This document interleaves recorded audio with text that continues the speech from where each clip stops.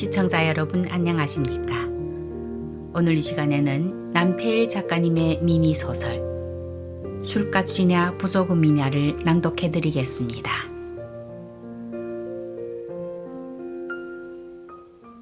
술값이냐 부조금이냐. 남태일. 싸늘한 가을바람은 장난스레 몽골댁의 희끗희끗한 산발한 머리카락을 마구 흐트러뜨렸다. 그녀는 아들의 시험지를 보자 마음 깊은 곳에서 허무하고 암담한 기운이 온몸으로 퍼져나가는 걸 느꼈다. 아들, 한 번이라도 꼴찌는 말고 마지막 두 번째는 할 수 없냐? 그녀는 애원하는 목소리로 아들에게 말했다. 그녀는 아들과 그 옆에 멍하니 자기만 바라보는 남편 김씨를 바라보다가 갑자기 얼굴색이 변하고 두 눈에서 불꽃이 튀었다. 김씨는 재빨리 고개를 돌려 몽골댁의 눈길을 피해 다른 곳을 바라보면서 가물에 콩 나듯이 자란 수염을 하나씩 뽑으며 큰 입을 꾹 다물었다. 엄마, 나는 책만 보면 엄마가 아빠를 집에서 쫓아내는 것처럼 머리에서 자꾸 글자를 쫓아내. 아들은 울먹이며 말했다. 사실 며칠 전에 김씨가 술에 취해 집에 들어오자마자 아들 앞에서 그녀에게 뽀뽀하려는 것을 밖으로 쫓아낸 적은 있었다. 아비가 공부할 때 늘 꼴찌를 했으니까 아들도 그 모양이지.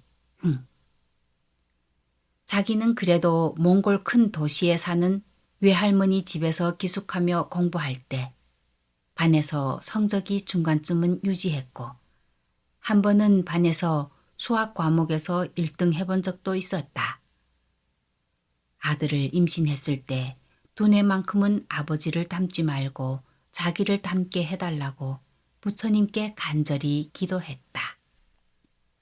하지만 아들은 생김새는 물론 공부머리조차 아비를 닮아 시험 칠 때마다 꼴찌를 하니 화가 치밀지 않으면 도리어 이상한 노릇이었다. 옆집 아줌마가 다문화 가정 아이들은 다 똑똑하다더니 모두 거짓말이야. 그때 그녀의 옆에 검은 강아지가 눈치도 없이 그녀를 말똥말똥 쳐다보고 있었다. 그녀는 자기도 모르게 발로 강아지를 힘껏 차버리자 강아지는 죽는다고 소리치며 달아났다. 푸른 가을 하늘에서 황금빛 햇살이 쏟아지는 어느 일요일 아침, 몽골댁은 눈 뜨자마자 손가락으로 콧구멍을 후비는 김씨를 바라보며 한마디 했다. 콧구멍은 그만 후비고 눈곱이나 닦아요. 오늘 나는 언니네 집에 다녀와야겠어요. 그러니 당신은 하나로마트 옆에 사는 김기석 씨 아들 결혼식에 다녀와요. 오늘도 어디 가서 술 한잔 할까 고민 참이던 김씨의 얼굴에는 미소가 좁은 이마의 주름살부터 시작하여 입가로 천천히 퍼져나갔다. 김씨를 김사장이라 부르는 것도 사연이 있었다. 그의 아버지는 자기 가문에 사장 노릇한 사람이 하나도 없다며 큰아들 이름을 김사장이라고 지어주었다. 그는 건설 현장에서 일용직으로 일하고 있는데 큰 키에 사팔눈이고 얼굴색은 숯가마처럼 검고 매기 입은 항상 넙죽하게 벌어져 있었다. 그는 사팔눈을 옆으로 희번덕이며 새 옷을 갈아입히는 키가 자기 머리보다 하나 작은 몽골댁을 다정스럽게 내려다보았다. 김 사장은 부모를 일찍 여의고 총각 때는 뜬구름같이 지방에서 서울로 서울에서 지방으로 정처 없이 떠돌아 다녔다. 다행히 숙목벌 되는 분이 자기 앞집에 사는 몽골에서 시집온 새댁의 여동생도 한국으로 시집올 의향이 있다는 소리를 듣고 김 사장에게 소개했다. 처음에는 김 사장이 외국 여성이라고 꺼렸으나 정작 서로 만나보니 같은 동양권 문화와 생김새도 비슷해서 승낙했다. 둘은 만나자마자 배필을 만난 듯 서로 갈라설 수 없었다. 만난 지 한 달 만에 결혼하고 이듬해 아들을 낳았는데 아들은 꼭 아비의 판박이었다. 동네 사람들이 아들이 김 사장 붕어빵이라 하자 그는 넙죽한 입을 종일 다물지 못했다. 김 사장은 비록 아내는 외국인이고 다리가 짧고 검은 얼굴이지만 그래도 이런 여자가 아들도 낳아주고 밥과 빨래까지 해주니 정말 감사할 뿐이다. 때로는 몽골댁이 남자 못지않게 검은 털이 수북이 자란 짧은 팔을 휘두르고 소나무 껍질같이 거친 손으로 자기의 귀를 사정없이 잡아당겨도 현장에서 같이 일하는 외톨이 장씨, 서씨보다는 훨씬 행복하다고 그는 늘 생각했다. 다만 총각 때는 제멋대로 살아왔지만 결혼한 지 10년 후인 오늘에 와서 어쩐지 자기도 모르는 순간부터 몽골댁의 손에 꼭 쥐어 꼼짝 못하게 되었다. 몽골댁이 입혀준 새 옷을 입고 일러준 예식장에 찾아갔다. 옛날에는 몽골댁 꽁무니만 따라다녀 예식장을 찾을 때 신경을 쓰지도 않았다. 몽골댁은 길눈이 밝아 낯선 데라도 한번 다녀온 곳은 절대 잊지 않는다. 그녀는 자기 나름대로 길 찾는 비결이 있는 것 같았다. 그러나 김 사장은 지금도 몇 번을 다녀간 것도 기억을 못해 헤맬 때가 한두 번이 아니다. 오늘 혼자서 몽골댁이 알려준 예식장을 찾아갔는데 엄청나게 신경을 썼다. 3층에 올라가니 벌써 사람들이 많이 모여 있었고 한 개 층에서도 여러 곳으로 나누어 결혼식을 진행하고 있었다. 결혼하는 명단에 1호실은 부친 김기식, 3호실은 부친 김기석이라고 큰 글씨로 써놓았다. 그는 갑자기 마누라가 알려준 이름을 기억할 수 없어 머릿속이 하얗게 변했다. 이때 누군가 김 사장을 툭 치며 높은 목소리로 아는 체 했다. 아니, 김 사장 아니야? 참 고마워. 우리 조카 결혼식에 참가하러 와서.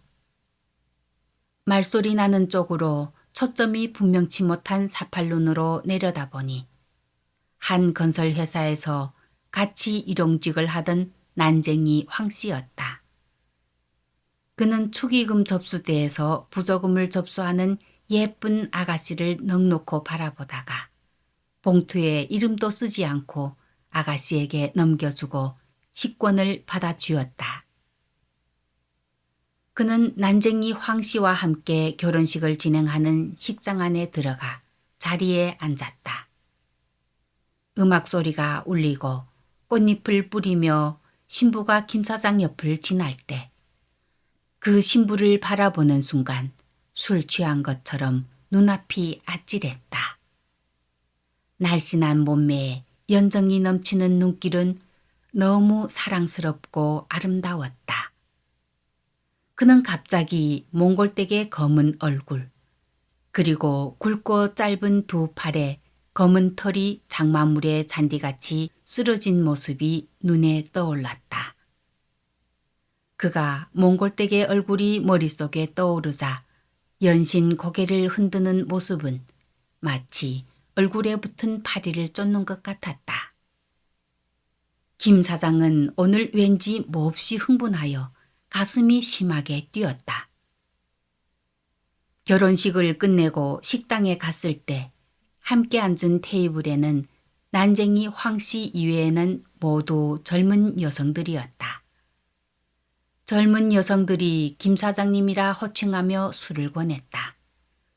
그는 부어주는 술을 사양도 하지 않고 마구 들이키자 금방 술기운이 올라왔다. 그때 아름다운 신부가 다가와서 곱게 인사하고 여러 사람에게 술 한 잔씩 권했다. 김 사장은 신부가 술을 부을 때 긴장하여 술잔을 쥔 손이 떨렸다. 의지로 육체를 다스릴 수 있는 사람이 과연 몇 명이 되겠는가? 김 사장은 젊고 아름다운 여인들 앞에서 술을 적게 마시라는 몽골댁의 부탁은 벌써 구름 밖으로 날려보내고 큰 잔에 철철 넘치는 술을 단 한 번에 위하여라고 외치며 들이켰다. 술을 마신 그의 사팔눈에 검은 눈자위가 핑하니 풀렸다가 한참 후에 원상복귀되었다. 그는 점차 하늘이 도는지 아니면 자기 머리가 도는지 분간도 할 수 없도록 어지러워졌다. 김 사장은 이제 완전히 몽골댁에 부탁하던 말도 모두 잊어버리고 말았다. 그는 또 난쟁이 황 씨를 따라 노래방으로 갔다. 노래방에는 이미 많은 사람이 노래를 부르고 춤추고 있었다. 그는 여자들이 좋아하든 싫어하든 끌어안고 브루스를 추었다. 마치 활짝 핀 꽃밭에서 춤추는 것 같았고 그 꽃들은 그에게 끝없는 기쁨과 환희를 선사하는 양 싶었다. 여러 사람이 김 사장 보고 노래 한 곡 부르라고 하자 그는 마이크를 입에 바싹 대고 목에 핏대를 세우며 노래를 불러젖혔다. 음치인 그의 노래는 듣기가 거북할 정도로 시끄럽기까지 했다. 열심히 노래를 부르고 뒤를 돌아보니 같이 왔던 일행은 한 명도 남지 않고 모두 사라지고 없었다. 그러나 주흥이 가시지 않은 그는 혼자서 술잔에 술을 가득 부어 한꺼번에 들이키자 그의 사팔루는 점차 초점을 잃고 그 후에는 어떻게 되었는지 완전히 필름이 끊겼다. 몽골댁이 집에 도착했을 때는 해가 서산으로 지고 저녁 노을이 빨갛게 타오르고 있었다. 뜰 안에 들어섰을 때 김 사장은 저녁 때의 햇빛이 비치는 마당에서 대자로 반드시 누워 얼굴은 가을 하늘을 향하여 코를 고는데 그 소리는 하늘의 천둥 소리를 방불케 했다. 그 모습을 한참 바라보던 몽골댁은 머리 뚜껑이 열렸다. 그녀는 갈퀴 같은 손으로 그의 귀를 잡아당기려다가 손을 멈추고 뚫어지게 김 사장의 얼굴을 바라보았다. 비록 무식하고 둔하기는 해도 마치 돈 찍는 작은 기계처럼 건설 현장에서 돈을 열심히 벌어 꼬박꼬박 자기 통장에 넣어주니 한편으로 고맙기는 하지만 밖에 나가서 동네 한국 아줌마들과 몰래 술을 마시고 길 가는 젊고 예쁜 여성들의 엉덩이나 앞가슴을 몰래 훔쳐보는 짓은 정말 질색이었다. 다만 한국인은 유교 사상, 몽골인은 불교 사상의 교육을 받았기에 사고방식이 다르고 생활 습관도 달라서 서로 부딪히는 일도 종종 발생하지만 김 사장이 먼저 말을 걸고 자기를 꼭 안아주면 금방 풀어진다. 지금은 평수는 작아도 자그마한 집 한 채도 장만하고 동네 사람들 칭찬 속에서 재밌게 잘 살고 있다. 이제는 몽골로 가라 해도 돌아갈 수 없고 몽골인의 유목 생활은 더구나 할 자신이 없다. 몽골댁은 모든 것을 운명이라 생각하고 욕심을 버리고 이렇게 평범하게 살아가는 것도 행복이라 생각했다. 가을은 차츰 황홀한 꽃의 장막과 신선한 녹음을 거두고 울긋불긋한 풍경화를 산과 들에는 물론 도시까지 펼치고 있었다. 일요일이 돌아왔다. 오늘은 김 사장의 처형 생일이었다. 아침에 김 사장 부부는 시장 골목에 사는 처형집에 생일을 축하하러 떠났다. 김 사장은 몽골댁을 앞세우고 마치 참새 뒤에 황새가 따라가듯 두리번거리며 바싹 뒤쫓았다. 가로수에서 떨어진 빨간 나뭇잎이 김 사장 머리와 몽골댁의 머리 위에 사뿐사뿐 떨어졌다. 이때 몸집이 뚱뚱한 50대 초반 되는 아줌마가 반대편에서 걸어오고 있었다. 아니 몽골댁, 전번 주일에 우리 아들 결혼한다고 청첩장까지 일부러 보냈는데 왜 참석 안 했어? 나는 꼭 참석할 줄 알았는데. 뚱뚱한 아줌마는 원망하는 어조로 퉁명스럽게 말했다. 뭐요? 참석하지 않았다고요? 분명 우리 집 아이 아빠가 참석하러 갔는데 무슨 얘기예요? 뭐? 참석했다고? 웃기고 있네. 거짓말도 그렇게 하면 안 되는 거야. 뚱뚱한 아줌마는 어떤 물체를 덮치려고 몸을 가누고 있는 표범 같은 인상이었다. 그러나 몽골댁은 당당하게 신랑을 끌고 와서 물었다. 당신 말 좀 해봐요. 정말 결혼식에 참석했지요? 이때 사팔눈을 희번덕거리며 두 여자를 번갈아 보던 김 사장은 머리가 어지러워지고 가슴이 철렁 내려앉았다. 내가 혹시 부조금을 잘못 주었나? 라며 기억을 더듬어 보아도 도무지 생각이 나지 않았다. 아, 그건 말이야. 혹시 잘못 줬을 수도 있어. 그때 옆에 서 있던 뚱뚱한 아줌마는 펄펄 뛰며 마구 소리를 쳤다. 신랑 단속 잘하라고. 옛날처럼 부조금으로 남 여자들과 술 마신 것 아니야? 듣고 있던 몽골댁의 입에서 허연 거품이 부글부글 솟아났다. 아이고 이 인간아, 어떤 년들하고 술 퍼먹었는지 빨리 말해봐. 몽골 여자라고 업신여기면 안 되지. 내가 오늘 절대 가만히 있지 않을 거야. 그녀는 한쪽 손으로 김 사장의 어깨를 꼭 잡고 마치 말등에 뛰어오르듯이 힘껏 전파하여 김 사장의 큰 귀를 꼭 잡고 힘껏 잡아당겼다. 김 사장 귓가에서 붉은 것이 보였다. 이 인간아, 어느 년들하고 부조금으로 술 마셨는지 빨리 말해봐.